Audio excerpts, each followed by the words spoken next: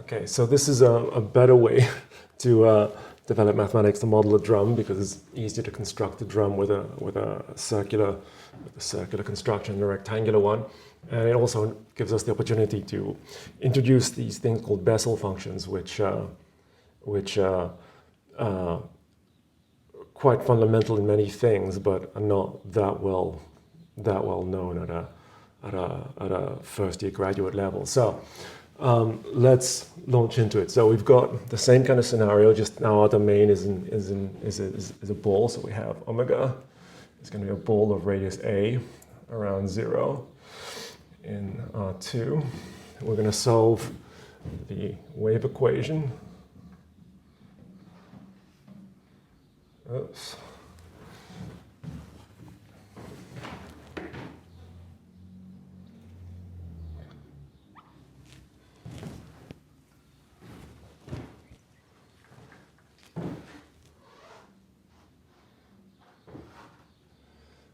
In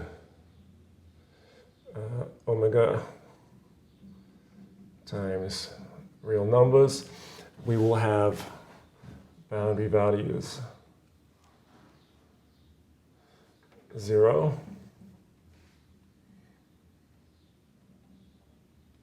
and we'll have initial conditions.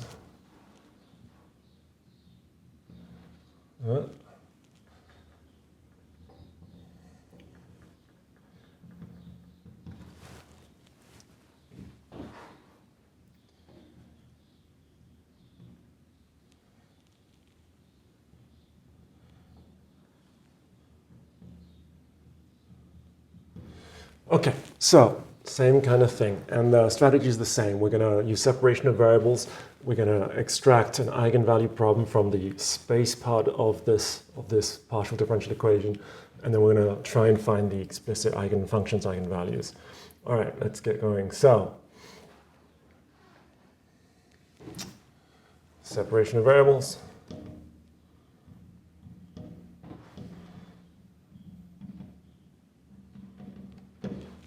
We're going to let u of x of t be, say,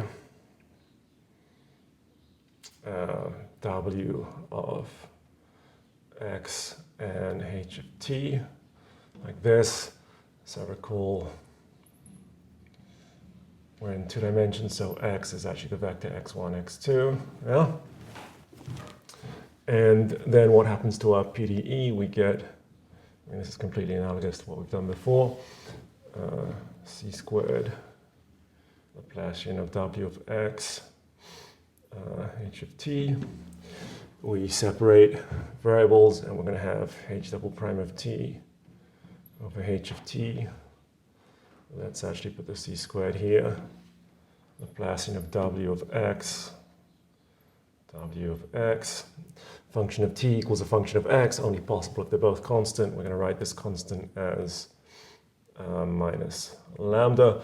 Minus because, again, if it's positive, this thing with respect to time will be hyperbolic sine or hyperbolic cosine or some combination, therefore blowing up in time, which is not what we expect. So we'll take this to be lambda for lambda bigger than 0. So now we have the eigenvalue problem for the Laplacian.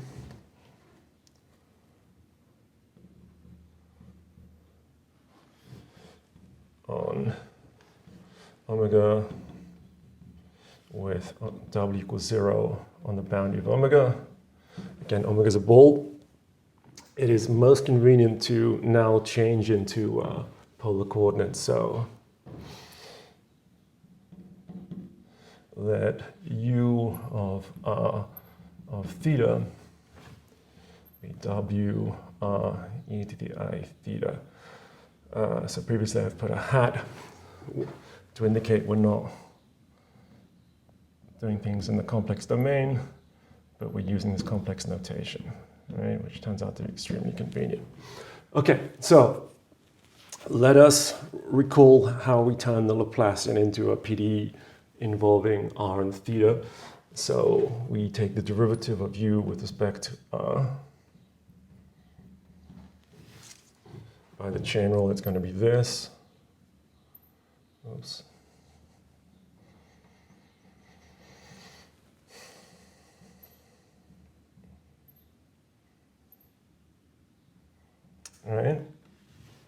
let us do it again.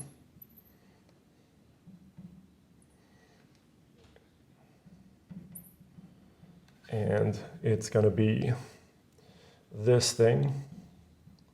So I could write it like this. I should be putting tildes on this, like this.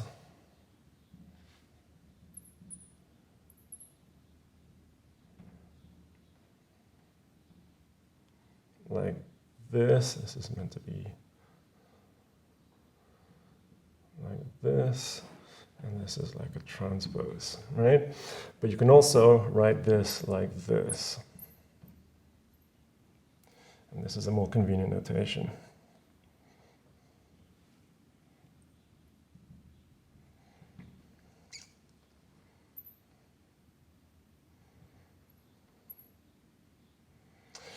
So, where A dot B or A colon B is the matrix inner product between these two matrices, okay? And recall tensor notation. This is the 2 by 2 matrix given by A1B1, A1B2, A2B1, A2B2, yeah? So just check for yourself that this is exactly the same as this, right? And let us now take partial derivatives with respect to theta of our function u. Du by the theta of r of theta. What are we going to get? We are just going to get, right from here, we're going to get the gradient of w, e to the tilde I theta. Now differentiating this with respect to theta, what are we going to get? We're going to get dot product I e tilde I theta, where I just means the rotation of the vector. So the rotation of this guy, which, you know, so what I mean is that I e tilde I theta becomes minus sine theta cosine theta, just like it would do if it was a complex number, but we are identifying complex numbers with points in the plane. So just keeping track of what that means. So this makes sense. This is a 2-vector dot product with a 2-vector. And if we differentiate it again,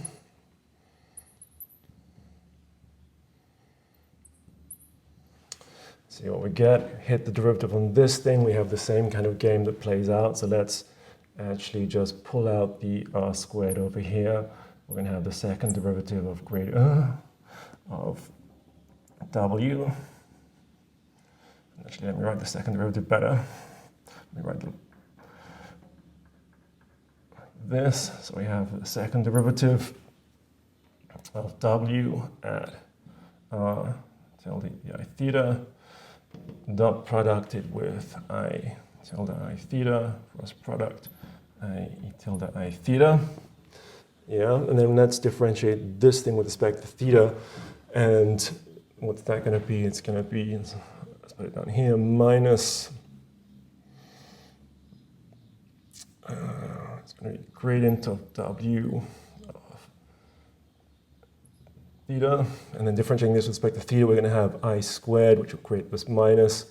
And then we'll just have dot product r e tilde I theta. Yeah? What we notice is that this thing is the same as this thing, except for the r. So we can put that on the other side and write it in terms of the partial of u with respect to r, right? And if we do that, then what we're going to have the partial of u with respect to r theta, right? Plus d squared u by d theta. Theta is equal to this thing with r squared and then the matrix dot product between the second derivative and this guy. I'd rather divide through by the r squared. So if I do that, I'm going to have this over r squared and this thing just over r.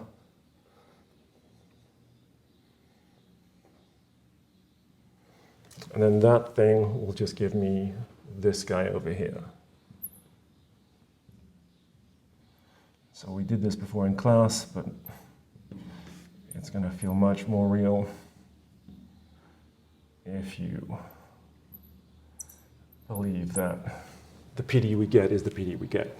All right, so this is this guy, and we have this guy, and if we add these things together, then because we're going to have on this entry, the 1, 1 entry will be sine squared, the 1, 1 entry of this guy will be cosine squared, and we add them together, we get 1.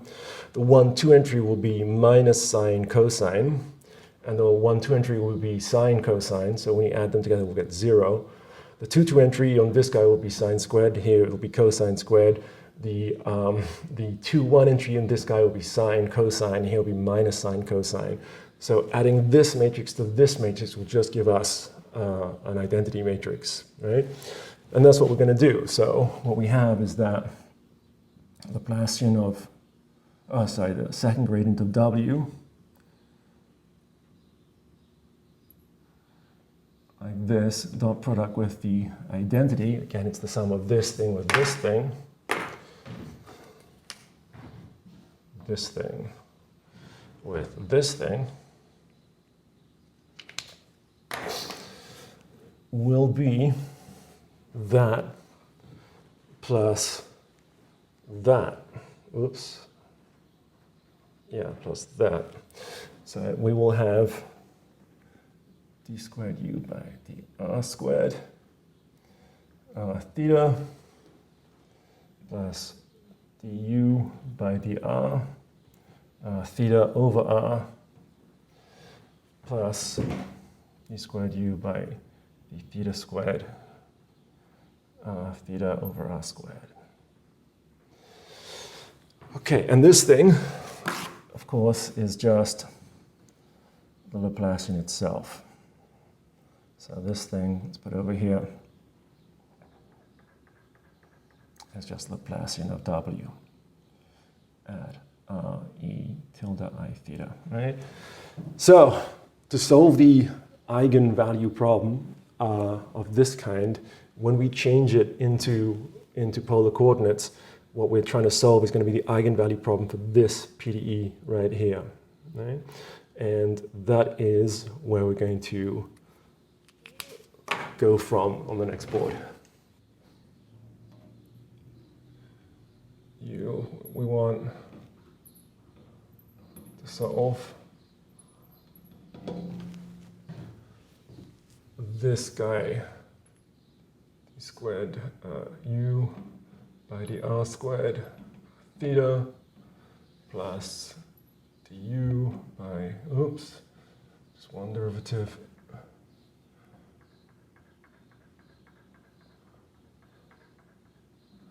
du by dr r theta over r plus d squared u by d theta squared r theta over r squared is equal to minus lambda u of r theta, right? That is now our eigenvalue problem. So we want to change it around a little bit to put it more into the form of the Sturm-Liouville equation. And what we're going to do, we're going to look at this expression here.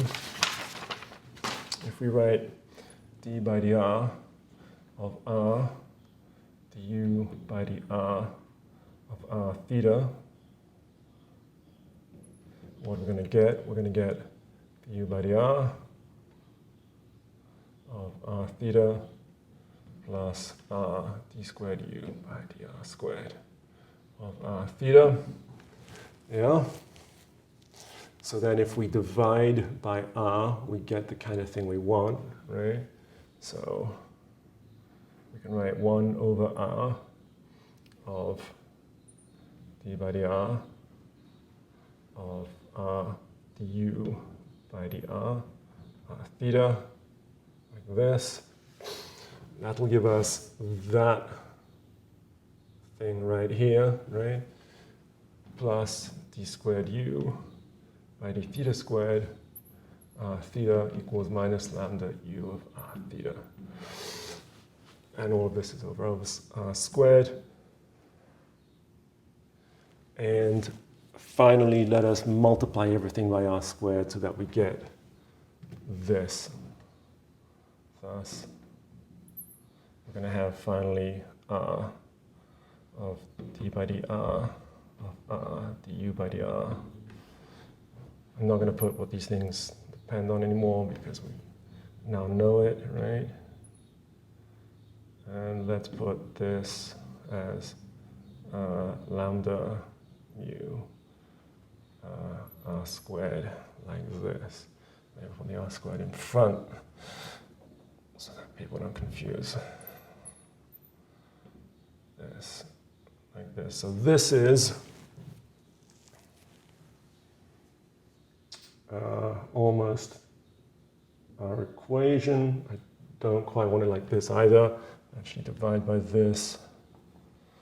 And then, so now let's separate variables. So let's let u of theta be phi of r, h of theta. I think we already used h, right? Let's say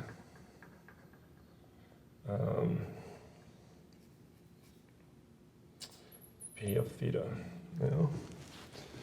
And then when we do that, then what we're going to get, we're going to get p of theta out here.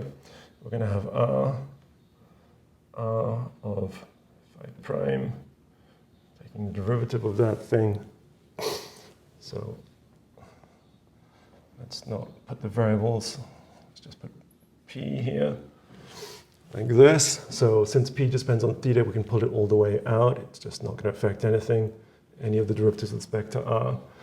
This thing here will be phi, and then the second derivative of theta, and then this thing will be lambda r squared phi, and then p is equal to 0. Cool. All right, so finally let's divide by theta and p, and what are we going to see? This implies that I'm going to have r, and then theta prime derivative, and just over theta itself, right? And then from here I'm going to have p double prime over p, and then here I'm going to have plus lambda r squared equals 0.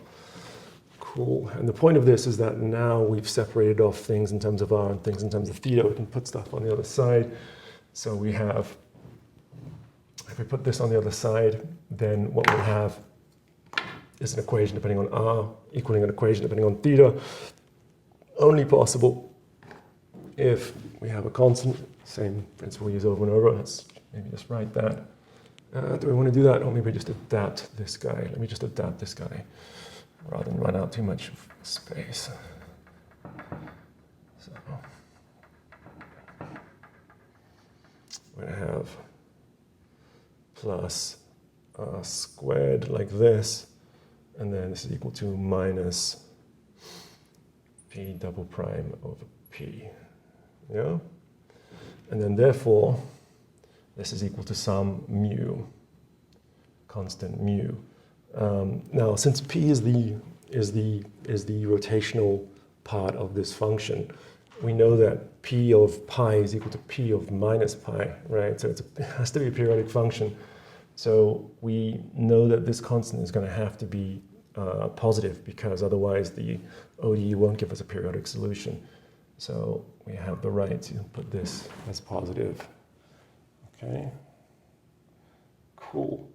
All right, so now we're looking kind of in the territory of things that we know. So let's look at just this part. So then multiplying, let's just take this equals to this, and then let's multiply through with theta. What we're going to have that theta prime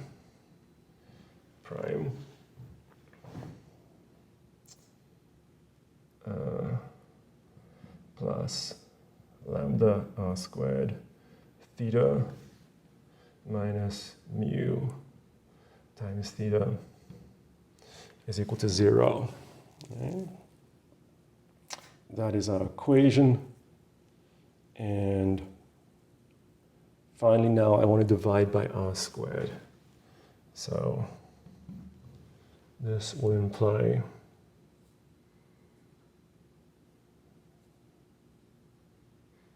do I want to divide by r squared or by r? No, just by r. Let's just divide by r, and then we're going to have this. I don't need two brackets.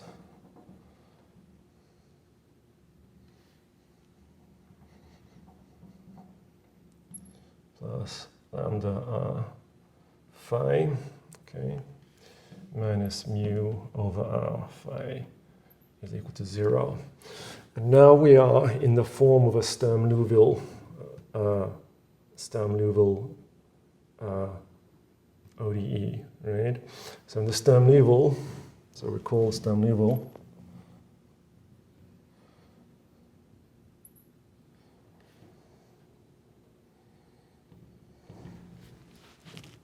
what we have is something like this. We take this prime plus some q times phi plus lambda sigma times phi equals 0, right? That is the guy that we want. And in our situation, what we have is that p is equal to r, q is equal to minus mu over r, and sigma is equal to r itself, like this. And this isn't in the realm of the hypotheses of the theorem for the Sturm-Liouville ODEs that we did, because Q in particular has a singularity. We have somewhat different boundary conditions, because what we're going to insist on for phi is that phi of A has to be 0, of course, to satisfy the 0 boundary condition, but we want phi of A to be 0. Phi of 0 just has to be less than infinity. Okay. Nevertheless, the main part of the theorem on Sturm-Liouville ODE holds true. Specifically, that we do have an infinite collection of eigenvalues and eigenvectors phi that will solve this ODE, and the collection of eigenvalues will go off to infinity. There'll be a smallest one, and the collection of eigenfunctions will be orthogonal. So this thing actually does become something we can apply our theory to. But in order to get more of a grasp on it, it's better to understand this ODE better. And to do that, we're going to do a rescaling to remove the lambda for the time being. The lambda is important, obviously, it's the eigenvalue, but we're going to remove it, and then we're going to have an ODE in terms of an integer m, and that will be a Bessel. The solution to that will be something called a Bessel function. And those are the guys that we're going to build up these eigenvalues, these eigenfunctions out of. Okay, so that's a mouthful. So let me try and go into that. It's probably easier when I go into the details rather than say words about it. All right, so first let's see what we know. Well, this mu, like this, since p has to be periodic, we know what this has to be. So p is either going to have to be sine m times the angle theta, or cosine m times the angle theta for some m which is an integer, which will make mu will have to be equal to m squared, right? So let's put that here. So since we must have that minus p prime over p is equal to mu, this implies that p of theta has to equal to either some constant sine of m times theta plus some other constant b cosine of m times theta, and that implies in particular that mu is equal to m squared. So then ODE becomes this thing with an m instead of a mu. So let's maybe write that. So then we have, and actually let's take the derivative through this thing. Let's take the derivative through, so we're going to have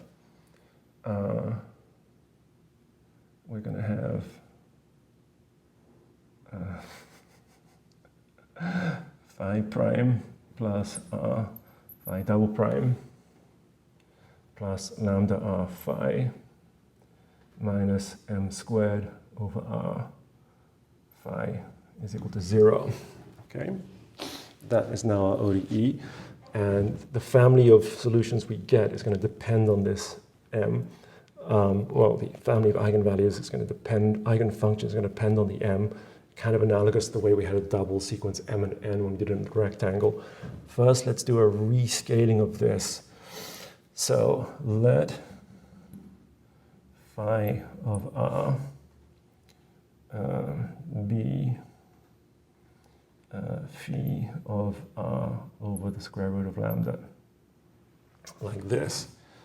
So we're gonna rewrite this ODE in terms of phi, and it's going to turn out that that's going to allow us to remove the lambda, and then we'll have the ODE just expressed in terms of r and this integer m, and that's not something I can. Let me try and squeeze it in here in the corner, perhaps.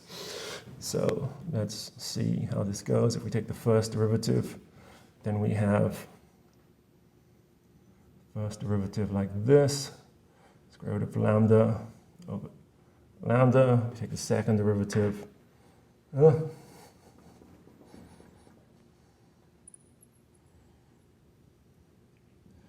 are going to get this thing.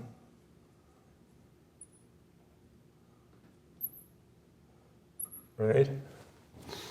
So let's try and squeeze the stuff into this box.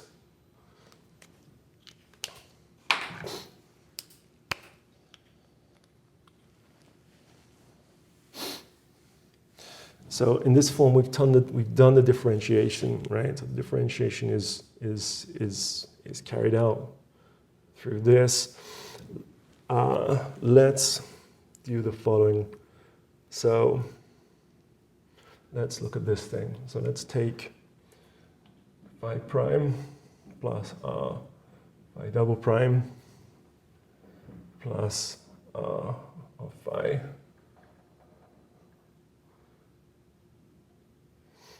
minus m squared of phi over r. Then what will that be? By these things down here, this will be the same as phi prime of r over square root of lambda over square root of lambda plus r phi double prime r over square root of lambda over lambda itself, right? And then this will just be r phi of r over square root of lambda, and then minus m squared. Oops, this is not this is phi. M squared of phi of r over square root of lambda over r. Yeah? Now, in our ODE, this is expressed in terms of r, right? So when we have this applied to r over lambda, then we can put it into this form. Let's put it like this, r over square root of lambda, and then let's put a square root of lambda right here. And then for this guy, same kind of thing. This would be r over square root of lambda, but then we have a square root of lambda right here.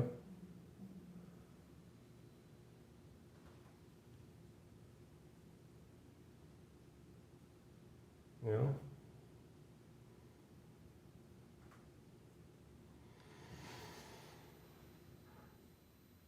And for this guy,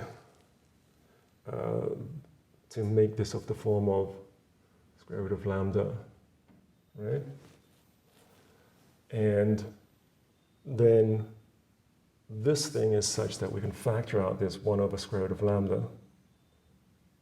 We're going to have r double prime of r square root of lambda. And then we're going to have r over square root of lambda phi double prime of r over square root of lambda.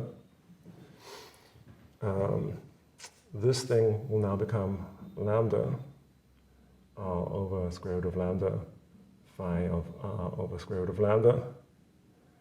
And this thing now just becomes minus m squared phi of r over square root of lambda over r over square root of lambda.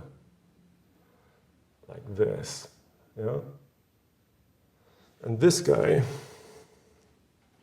is exactly this guy applied at the point r over square root of lambda. So this entire thing is equal to 0. Right? So this is equal to 0. So by this rescaling trick, we now turn this ODE into this ODE, now without the lambda that we've rescaled to remove the lambda. We get the ODE in this form. So this is our ODE now. And this is Bessel's ODE. This was an extremely well-studied ODE for gosh, a couple of hundred years, because it falls out naturally from trying to solve Laplacian on the circular cylinder. And the circular cylinder is, so again, it falls out naturally from trying to solve Laplacian on the circle, and solving Laplacian on the circle is obviously a very natural thing people wanted to do for a long time. So they were forced to try and understand this kind of ODE, but this is a more difficult kind of ODE to understand. It's not one that we can actually write down in explicit closed form. We don't have something like a sine or cosine function that solves this. However, there are solutions of this, and in fact there's a whole parameter, there's a whole family of solutions of this.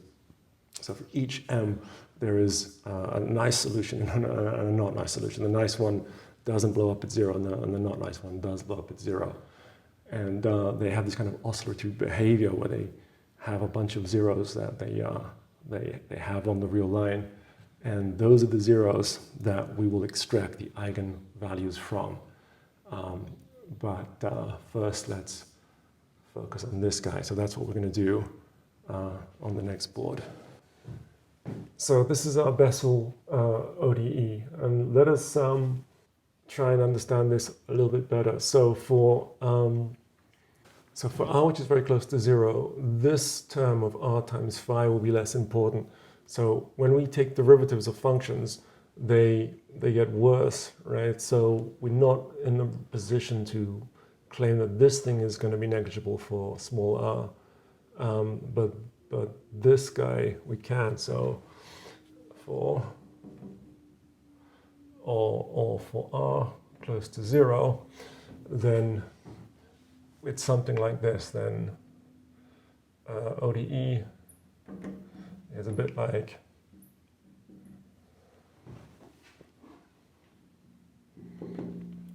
this thing.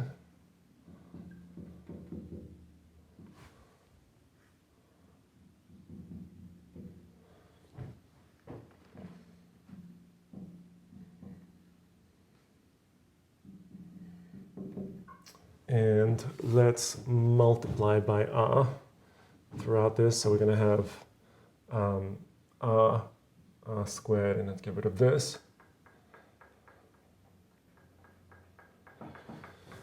And then notice that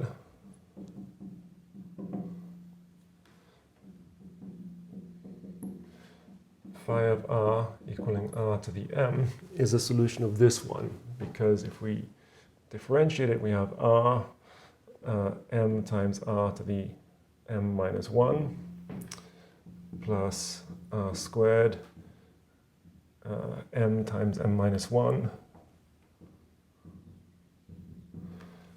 and r to the m minus 2 minus m squared r to the m. Right? And so all the powers of r match, and if we just factor out the r to the m, this m will cancel with the m from here, the m squared will cancel with the minus m squared from here, and this thing is 0. And in the same way also, you can check that phi of, let's go phi tilde equals r to the minus m will also be a solution.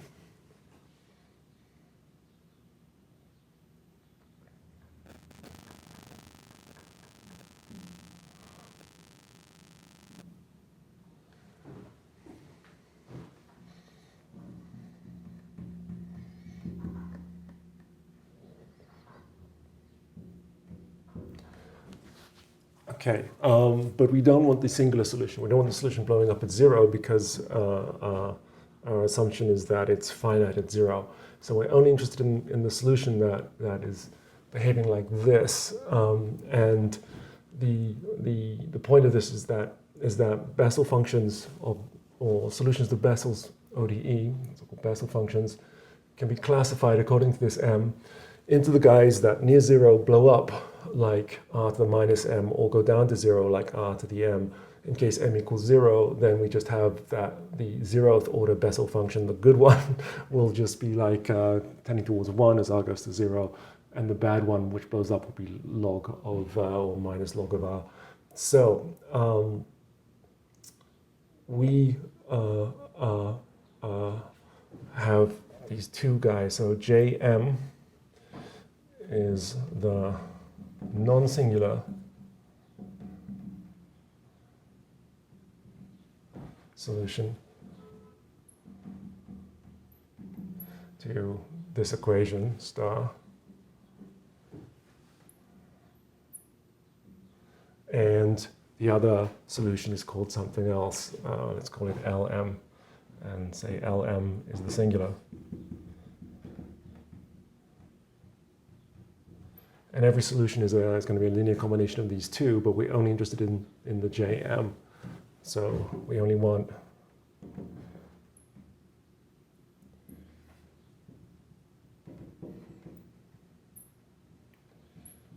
okay, so J1, also J0, for example,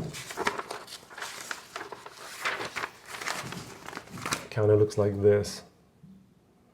So it's kind of 1, and it crosses here, has a 0, crosses again, crosses again, crosses again. And this is the first 0. This is the second 0 of J1. This is the third 0, and so on. Okay. So recall that we separate variables from a phi, right? And we had, we did this. We said, okay, we said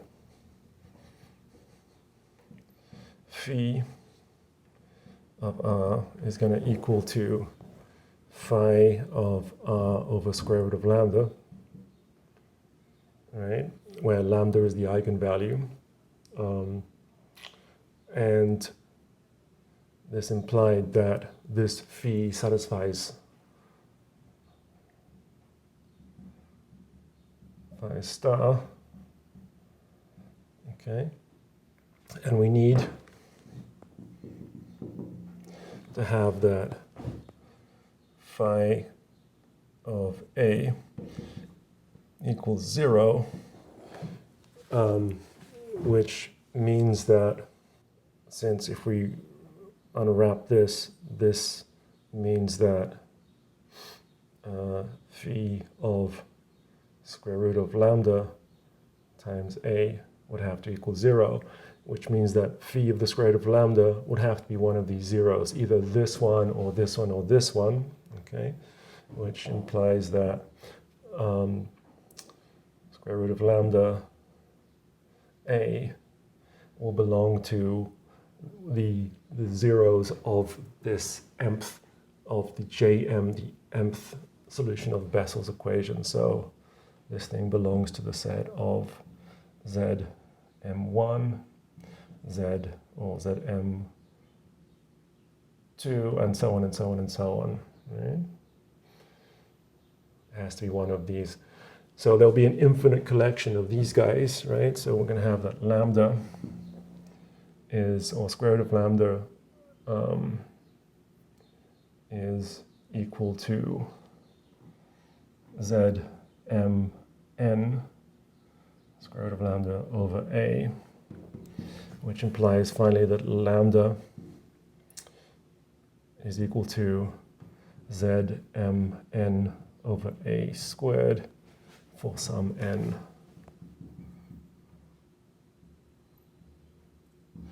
So we can, depends on both the m, and the m is the m that we got from the other separation of variables where we separated in the angle theta, and n where n is the order of the zero of the mth Bessel function. So we can actually do this. Let's label these guys m, n. And these are entirely explicit numbers because they're in terms of a and in terms of the zeros of the mth order Jm nice Bessel solution. These are zeros that we can approximate. I want to say we can. I don't want to say we know them because I'm not sure that's actually true, but we know an awful lot about them. We can approximate them to a huge amount of details. So morally speaking, let's say these are just known numbers. Okay. So unwrapping. What does that mean? That means that we have that our original phi was the guy that we got from separation of variables, right? So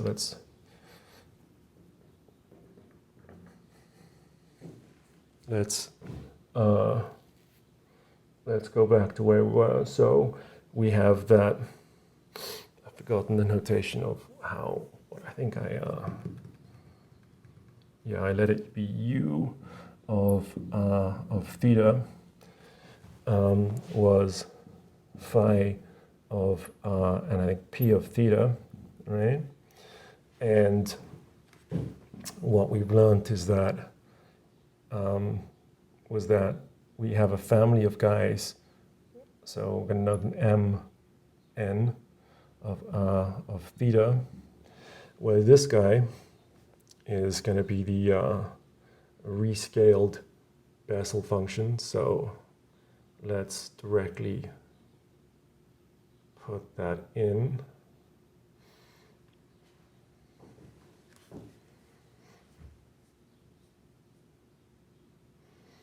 So that is going to be equal to, let's say, Jm and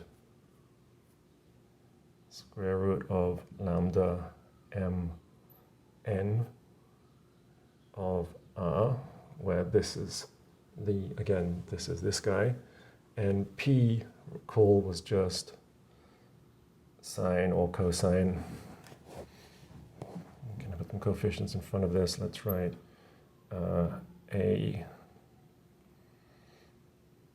m cosine m of theta plus b m sine m of theta.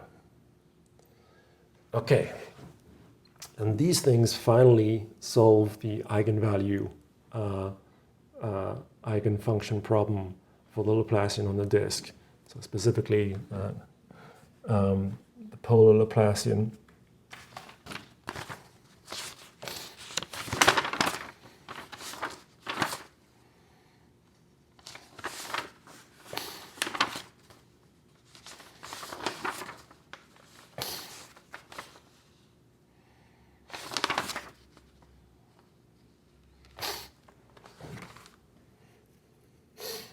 So what we have is that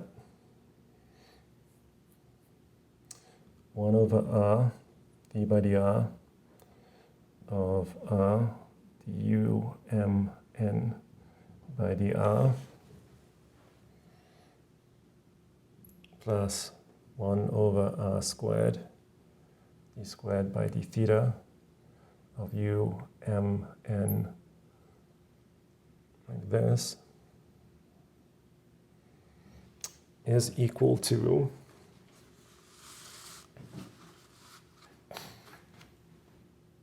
lambda m n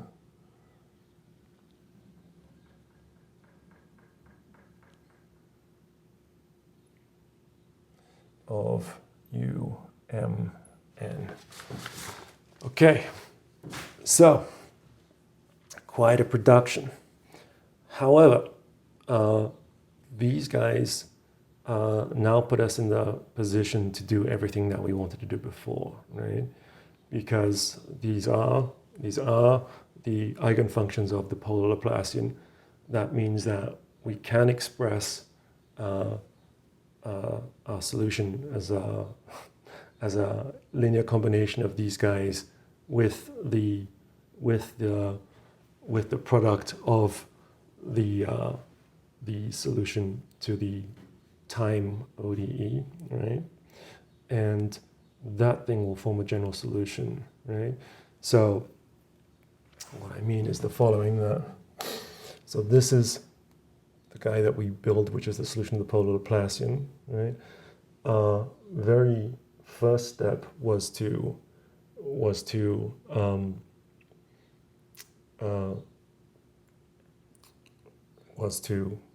do separation between time and space, right? So in time we have h double prime of t, h of t equals minus c lambda m n. So this thing will be solved by h of t equals some coefficients, let's say c m n of cosine of square root of, should we see squared, cosine of c square root of lambda m n times t plus, say, d m n sine of c square root of lambda m n times t, right? So finally, by principle of superposition, we can build a solution. You've already been used. Let's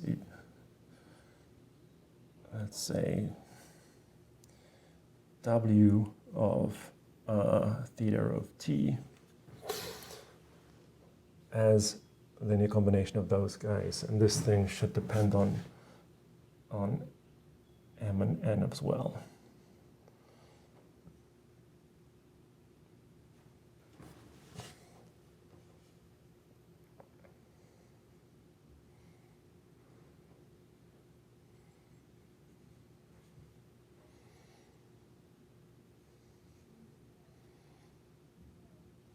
Okay. And then it's the same game. So when time equals 0, this term drops out. So we'll have this guy. And then the issue is, can we represent any linear combination? And can we represent the initial data as a linear combination of these guys? And the answer turns out to be yes. And if we take the derivative, then we just have this will be the non-trivial term. And again, it's the issue: can we represent the g, which was the initial conditions on the time derivative of our solution, in terms of these guys? And again, the answer is yes. So the fact that this thing spans in the space of angles, this we know. This is our cosine and sine waves that we know well. The fact that these guys will span in the space r in the radial variable is a non-trivial fact, but it is nevertheless true. So that is how the machine will actually work, and the best way I have to try and make that seem convincing to you that this thing will actually span the space of functions we need is to appeal to the fact that these Jm are the eigenfunctions we would get from the Sturm-Liouville theorem if we had coefficients in the Sturm-Liouville ODE that actually were within the hypotheses. And we don't, but the conclusion still holds true that we do have this collection of functions that are spanning the space, and therefore and are orthogonal when we integrate against the weight of R. So So we have a product of things that span in both directions. This spans in theta and this spans in r. So just like as before, eigenfunctions when we did on the rectangle were these products of sine m x cosine nx and other sine and in this case in the case of rectangle is sine n and sine m of y, like this. These things span the space of all functions defined in the rectangle, and as I was talking about, this is how image compression is, or data in the form of images is sent across and compressed. This is a kind of analogous situation, but it's less obvious to us why this thing is of the same form, but it actually is, and that's how this machine actually can be made to work. And this is of real interest in terms of modeling the vibrations of a drum, because these really are the eigenfunctions, and if we had initial conditions such that the solution would be just given by one of these eigenfunctions and there was corresponding time oscillation, then we would see exactly the oscillation's speed in terms of these numbers lambda m n, which again are entirely calculatable. They come from this in terms of the zeros of the mth order Bessel function, right? And we could model this. We could precisely model what happens for that particular frequency, and we can create an animation to show that that's actually what happens, and that's something I'll show you in class that we actually do. We can recover, we can model the way that a drum vibrates by these eigenfunctions, because maths and physics are true. So the wave equation does model the vibration of a membrane. This is an explicit solution to the wave equation, and these are in terms of things that we can see. So these Jm are again well-known functions, and they're not as well known as cosine m, sine m, but they are nevertheless just as fundamental. They are just as fundamental to the universe as these guys. In fact, maybe more. Any alien life force would know the Bessel functions. This is the graph of the Bessel function of order 0 graph, J0. If we, you've read about this thing about NASA put a plaque, like a gold plaque with some basic information and pictures of men and women and some stuff, and sent it out, hoping that someone would pick it up and read it, recognizing intelligence from it. And there was some math stuff on that plaque, but one of the things we could have done is simply do the graph of a Bessel function, because if you are an intelligent life force somewhere, then you do have to understand the Laplacian, and you do have to solve it on a disk, and you would understand, you would recognize the graph of the Bessel function. You're forced to do this. This is not invented. The universe demands that you study solutions of the Bessel equation. They are part of the universe in the same way that prime numbers are part of the universe. And so this is an entirely concrete description of the eigenfunctions of the Laplacian on a disk, and that's what we can use to accurately model the vibrations of the drum, and actually accurately read off the speeds at which the drum is vibrating. Okay, so all of this comes down to knowing very well the solutions of this, the Bessel equation, and this is a huge topic by itself. It's a very classical topic. There's an 800-page monograph called Treatise on the Bessel Function by Watson. I think it's like 150 years old. Many people have worked a long time to understand well the fundamental solutions of the Bessel equation, Bessel ODE. And yeah, so for practical purposes, the zeros are very well known. The profile of these functions is very well known, and this is almost as good a concrete solution as the concrete solution we could build in the rectangle. Okay. All right, that'll be it for today. Have a good day.